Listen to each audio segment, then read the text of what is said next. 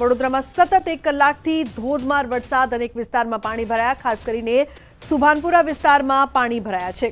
ઉલ્લેખનીય છે કે વરસાદની આગાહી પણ કરવામાં આવી હતી, ત્યારે વડોદરામાં સતત વરસાદની શરૂઆત। હાર્દિક જોડાયા છે ફોન લાઈન પર વધુ માહિતી માટે। હાર્દિક, શું માહિતી છે? બિલકુલ જી લુમના, જો વરસાદની વાત કરીએ તો આ વરસાદ જે છે તે આફતનો વરસાદ સાબિત થવાનો છે, કારણ કે છેલ્લા 1 કલાકથી ધોધમાર વરસાદ વરસી રહ્યો છે અને ગાજવીજ સાથે વરસાદ જે છે તે વરસી રહ્યો છે। વડોદરા શહેરના મોટાભાગના જે વિસ્તારો કે જેમને પૂરનો સામનો કર્યો હતો તે વિસ્તારોમાં પાણી ભરાવાની શરૂઆત થઈ ગઈ છે અને જે નાગરિકો છે તેમને પોતપોતાના વાહનો અને જીવન જરૂરિયાતની ચીજ વસ્તુ જે છે તે સાઈડ પર મૂકવાનું, એટલે કે સુરક્ષિત સ્થળે મૂકવાની જે છે શરૂઆત કરી દીધી છે। રાવપુરા વિસ્તાર હોય, દાંડિયા બજાર હોય, સિટીના 4 દરવાજા વિસ્તાર હોય, સુભાનપુરા હોય કે જુદા જુદા વિસ્તાર હોય, ત્યાં વરસાદી પાણી જે છે તે ભરાઈ ગયા છે, જેના કારણે ઠેર ઠેર ટ્રાફિક જામની સમસ્યા સર્જાય છે અને જે નાગરિકો છે તેમની મુશ્કેલીમાં જે વધારો છે તે થયો છે। બીજી વાત કરીએ તો ઉપરવાસમાં વરસાદ છે અને વિશ્વામિત્રીનું સ્તર જે છે તે સતત વધી રહ્યું છે, એના કારણે જે તંત્ર છે તેની પણ ચિંતા વધી છે અને કમાન્ડ એન્ડ કંટ્રોલ રૂમ છે ત્યાંથી જે મેયર છે, મ્યુનિસિપલ કમિશનર છે, ચેરમેન સહિતના જે પદાધિકારીઓ છે તેમના દ્વારા જે સ્થિતિ છે તેના પર નજર રાખવામાં આવી રહી છે। બિલકુલ હાર્દિક, 1 કલાકની અંદર વરસાદમાં આટલું પાણી ભરાઈ જાય, પ્રી મોન્સૂનની કામગીરી કયા પ્રકારની થાય છે વડોદરામાં? બિલકુલ, જો પ્રી મોન્સૂનની કામગીરી થઈ હોત તો વડોદરાવાસીઓએ પૂરની પરિસ્થિતિનો સામનો ન કર્યો હોત, પરંતુ જે કુદરત છે તેને વડોદરા મહાનગરપાલિકાને 1 મહિનાનો સમય આપ્યો હતો, પરંતુ 1 મહિનાના સમય દરમિયાન પણ જે વડોદરા મહાનગરપાલિકા છે તેને કંઈ પણ ઉકાળ્યું નથી, એટલે કુદરત ફરી એકવાર પરીક્ષા લેવા બેઠી હોય તેવું લાગી રહ્યું છે અને ફરી એક વખત વડોદરા શહેરમાં જે વરસાદી પાણી છે તેનો ભરાવ જે છે જોવા મળી રહ્યો છે। જી બિલકુલ હાર્દિક, આભાર આ સમગ્ર માહિતી બદલ। તો સુભાનપુરા વિસ્તારમાં પાણી ભરાયા છે। વડોદરામાં ફરી વરસાદ શરૂ થયો છે। સતત વરસતા વરસાદના કારણે કેટલાય રસ્તા ઉપર પાણી ભરાયા છે, જેને લઈને વડોદરાવાસીઓની ચિંતા વધી છે। સાથોસાથ ગ્રામ્ય વિસ્તારોમાં વરસાદી માહોલ સર્જાયેલો જોવા મળ્યો। પાદરા, સાવલી, કરજણ, ડભોઈ, વાઘોડિયા, શિનોરમાં વરસાદ, તો બીજી તરફ વહીવટી તંત્ર રાખી રહ્યું છે સતત વિશ્વામિત્રીના જળસ્તર પર નજર। હજી તો વડોદરાવાસીઓ માંડ પૂરની પરિસ્થિતિમાંથી બહાર આવ્યા છે, તેવામાં ફરી એક વખત વડોદરાના માથે સંકટના વાદળો છે તે ઘેરાઈ રહ્યા છે। છેલ્લા 4-5 દિવસની વાત કરીએ તો 4-5 દિવસથી વડોદરા શહેરમાં સતત વરસાદી માહોલ છે તે જોવા મળી રહ્યો છે અને વિશ્વામિત્રી નદીનું સ્તર પણ સતત વધી રહ્યું છે। એવું કહેવાય છે કે વિશ્વામિત્રી નદી 20 થી 21 ફૂટે પહોંચે ત્યારે જે નીચાણવાળા વિસ્તારો હોય છે ત્યાં વરસાદી પાણી એટલે કે નદીના પાણી જે છે તે ફરી વળતા હોય છે। વડોદરા શહેરમાં વરસાદ તો છે જ, પરંતુ ઉપરવાસમાં પણ સતત વરસાદ વરસી રહ્યો છે, એના કારણે જ વડોદરાવાસીઓ છે તેમની ચિંતામાં વધારો થયો છે। આ થઈ વડોદરા શહેરની વાત, પરંતુ જિલ્લાની વાત કરીએ તો પાદરા, સાવલી, કરજણ, ડભોઈ, વાઘોડિયા, સિનોર, સાદલીમાં પણ આ જ રીતે અવિરત વરસાદ જે છે તે વરસી રહ્યો છે। ઉલ્લેખનીય બાબત છે કે વહેલી સવારથી જ વડોદરાના માથે કાળા ડિબાંગ વાદળો જે છે તે ઘેરાયેલા હતા, પરંતુ બપોર થતાની સાથે જ ફરી એક વખત વરસાદી માહોલ જે છે તે જોવા મળી રહ્યો છે। લગભગ અડધો કલાકથી વરસાદ જે છે તે સતત વરસી રહ્યો છે। જો આ જ પ્રમાણે વરસાદ વરસતો રહેશે તો વિશ્વામિત્રી નદીનું સ્તર જે છે તેમાં સતત વધારો થશે અને ફરી એક વખત વડોદરાવાસીઓએ એટલે કે નીચાણવાળા વિસ્તારમાં રહેતા લોકોએ પૂરની પરિસ્થિતિનો સામનો કરવો પડે તો નવાઈ નહીં। હાર્દિક દીક્ષિત, ન્યૂઝ 18 ગુજરાતી, વડોદરા। રોડ રસ્તા પર પાણી ફરી વળ્યા છે। તો વધુ માહિતી માટે સંવાદદાતા હાર્દિક વડોદરાથી લાઈવ જોડાયા છે, તેમની પાસેથી વધુ માહિતી લઈએ। હાર્દિક, શું માહિતી છે? અનેક વિસ્તારોમાં પાણી ભરાયા છે વડોદરામાં શરૂઆતી વરસાદમાં 1 કલાકની અંદર જ। લુમના, જો વડોદરા શહેરની વાત કરીએ તો 1 મહિના બાદ ફરી એક વખત પૂરની પરિસ્થિતિનું નિર્માણ થયું હોય તે પ્રકારના દ્રશ્યો જે છે તે વડોદરા શહેરમાં જોવા મળી રહ્યા છે। આ દ્રશ્યો તમે જે જોઈ રહ્યા છો તે શહેરના રાવપુરા વિસ્તારના દ્રશ્યો છે અને રાવપુરા વિસ્તારમાં જળબંબાકારની સ્થિતિ સર્જાઈ હોય ત્યાં પ્રકારની પરિસ્થિતિનું નિર્માણ થયું છે। ઉલ્લેખનીય બાબત છે કે આપણે અગાઉ દર્શકોને કીધું પ્રમાણે કે જે પૂરની પરિસ્થિતિ છે એટલે કે કુદરત છે તેને વડોદરા મહાનગરપાલિકાને 1 મહિનાનો સમય આપ્યો હતો, પરંતુ 1 મહિનાનો સમય વીતી ગયો, વડોદરા મહાનગરપાલિકાએ પોતાની ઊંઘ ન ઉડાડી અને એનું જે પરિણામ જે છે તે ન્યૂઝ 18 ગુજરાતીના દર્શકો જે છે પોતાની ટીવી સ્ક્રીન પર જોઈ રહ્યા છે। રાવપુરા વિસ્તાર આ મુખ્ય બજાર કહેવામાં આવે છે અને મુખ્ય બજારના વેપારીઓ છેલ્લા ઘણા વર્ષોથી આ જ પ્રકારની પરિસ્થિતિ છે તેનો સામનો કરતા હોય છે। વેપારીઓની અનેક વખત રજૂઆત થઈ, પરંતુ વડોદરા મહાનગરપાલિકાની ઊંઘ જે છે તે ઉડવા તૈયાર નથી અને એના જ કારણે વેપારીઓએ લાખો કરોડો રૂપિયાનું નુકસાન જે છે તે વેઠવાનો વારો આવતો હોય છે। જોઈ શકાય છે દુકાનો ટપોટપ દુકાનો બંધ કરીને જે વેપારીઓ છે તેઓ પોતપોતાના ઘરે પહોંચી ગયા છે અને દુકાનની અંદર રહેલો જે માલ સામાન છે તે સહી સલામત ખસેડી દેવામાં આવ્યો છે।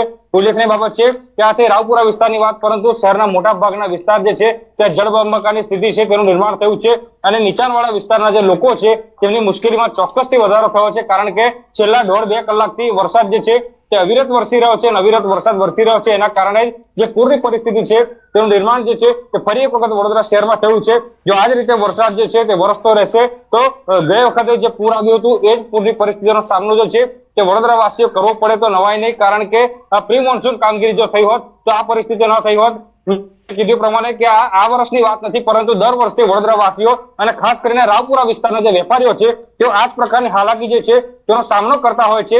એટલે આજે વરસાદ જે છે તે વડોદરા વાસીઓ માટે અત્યારે આફતનો વરસાદ સાબિત થતો હોય તેમ લાગી રહ્યું છે. લોગના હાર્દિક, એક મોટો પ્રશ્ન અહીં એ પણ બની રહ્યો છે કે વડોદરા એટલું મોટું શહેર છે, પ્રી મોન્સૂનની કામગીરી પાછળ કરોડો રૂપિયા ખર્ચ થાય છે, તો એ પૈસા જાય છે ક્યાં જો આ પ્રકારની કામગીરી થઈ હોય?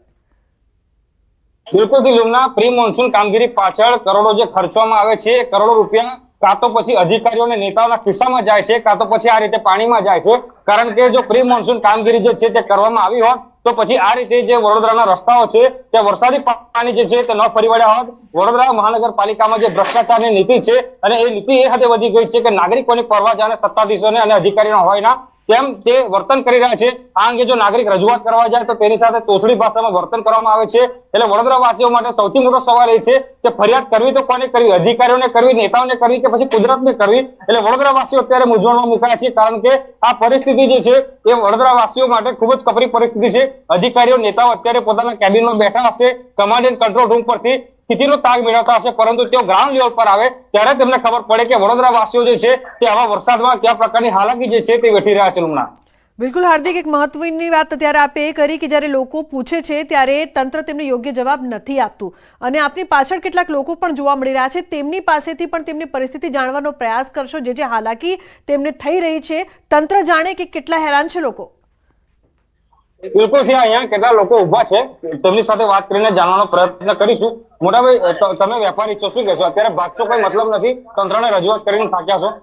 લુમના, અત્યારે આજે વેપારીઓ છે અત્યારે કંઈ પણ બોલવાનો ઇનકાર કરી રહ્યા છે અને સ્વાભાવિક વાત છે, એમને આ જગ્યા પર પોતાનો કામ ધંધો કરવાનો છે, વ્યવસાય કરવાનો છે. જો વેપારીઓ તંત્રના વિરુદ્ધમાં બોલશે તો તંત્ર જે છે ત્યાં વેપારીઓને હેરાન પરેશાન કરી મૂકશે. એટલે વડોદરા વાસીઓ અત્યારે લાચાર બન્યા હોય ત્યાં પ્રકારની પરિસ્થિતિ છે તેનું નિર્માણ થયું છે. લુમના બિલકુલ હાર્દિક, લોકો લાચાર બન્યા છે, હેરાન પરેશાન થઈ રહ્યા છે, અનેક વિસ્તારોના ગરનાળા પણ બંધ કરવા પડ્યા છે. કયા કયા વિસ્તાર છે વડોદરાના હાર્દિક કે જ્યાં બહુ જ પાણી ભરાયું હોય અને આ પ્રકારથી લોકો પરેશાન થઈ રહ્યા હોય?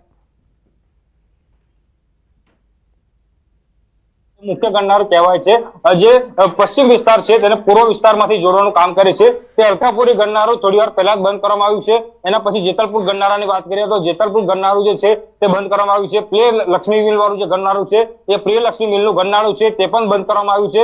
બીજી વાત કરીએ કે મેં કીધું પ્રમાણે કે વિશ્વામિત્રીની જે સપાટી છે એ 20 ફૂટ સુધી પહોંચવાની તૈયારીમાં છે. એટલે જે નીચાણવાળા વિસ્તાર છે કે તલસટ છે, જામવા છે, મકરપુરા છે, તલસાલી છે, એના સહિતના કલાલી સહિતના જે જુદા જુદા વિસ્તાર છે, કારેલીબાગ, જલારામનગર છે, તે તમામ જગ્યા પર જે ઝુંપડપટ્ટી એરિયા છે ત્યાં પણ વરસાદી પાણી જે છે તે ભરાવાની શરૂઆત જે છે તે થઈ ગઈ છે. ઉલ્લેખનીય બાબત છે કે રસ્તો જે છે સુમસડાક જોઈ શકાય છે. એકલ દોકલ વાહન ચાલક છે તે પોતાના જીવના જોખમે અહીંયાથી પસાર થઈ રહ્યા છે. આ રસ્તો એ જ છે કે જ્યાં સામાન્ય દિવસ હોય ત્યારે હજારોની સંખ્યામાં લોકો અવરજવર કરતા હોય છે. આ જગ્યા પર ટ્રાફિક જામના દ્રશ્યો સર્જાતા હોય છે, પરંતુ આજે વરસાદ વરસ્યો તેમાં જળબંબાકારની પરિસ્થિતિ સર્જાઈ અને જળબંબાકારની સ્થિતિ વચ્ચે અત્યારે રસ્તો જે છે તે સુમસડાક બન્યો હોય તેમ લાગી રહ્યું છે. અને પછી વેપારીઓ હોય કે પછી સામાન્ય નાગરિકો હોય, તમામ લોકો જે છે પોતાના ઘરમાં બેસી રહેવા માટે મજબૂર બન્યા હોય ત્યાં પ્રકારની પરિસ્થિતિનું નિર્માણ જે છે તે વડોદરા શહેરમાં થયું છે. લુમના બિલકુલ હાર્દિક, જ્યારે સામાન્ય દિવસો હોય છે ત્યારે સ્માર્ટ સિટીની વાત કરવામાં આવતી હોય છે, પરંતુ આ સ્માર્ટ સિટીના દ્રશ્યો કંઈક અલગ જ છે. તો આપ જોડાયેલા રહેશો. અમીર રાવત જોડાયા છે અમીર સાથે, તેમની સાથે ચર્ચા કરીએ. જી બેન, જે પ્રકારના દ્રશ્યો અત્યારે શરૂઆતી વરસાદમાં વડોદરામાં સામે આવી રહ્યા છે, આપ શું કહેશો? વડોદરા શહેરના તંત્ર પર ખૂબ મને આક્રોશ બી છે, અને વડોદરા શહેરના નાગરિકો જે હવે વરસાદના નામથી ડરવા લાગ્યા છે, ફફડવા લાગ્યા છે, એ લોકો પર મને દયા બી આવે છે. કારણ કે વડોદરા શહેરમાં 2 કે 3 ઇંચ વરસાદ થાય ને લોકલાઇઝ ફ્લડિંગ થઈ અને આખું શહેર જળબંબાકાર થાય ને 2 શહેરમાં હોડીઓ લઈ જવી પડે એ પરિસ્થિતિ છે. કાલે ઉપરવાસમાં 3-4 ઇંચ વરસાદ થયો. વિશ્વામિત્રી નદી નીચાણવાળા વિસ્તારોમાં ફરી વળી. આખી રાત એલર્ટ રહ્યા લોકો, પોતાની ગાડીઓ બ્રિજ પર મૂકી, અને હવે આજે લોકો અહીંયા શહેરમાં વરસાદ પડવાથી તમામ જગ્યાએ પાણી ને જળબંબાકારની પરિસ્થિતિ છે. પણ વડોદરા શહેરના જે શાસકો છે એ લોકોની આંખ નથી ઉગડતી. 24 જુલાઈએ વરસાદ પડ્યો, 26 ઓગસ્ટે પૂર આવ્યું અને હવે આ પાછી આજે પૂરની પરિસ્થિતિનું નિર્માણ થયું છે. ત્યારે આ એક બી પૂરમાંથી કોઈ બી શીખ લઈને નદી નાળા કાંસોમાં જે પાણી પહોંચતા નથી એ જઈ શકે એનું વ્યવસ્થા કે આયોજન નથી કરી.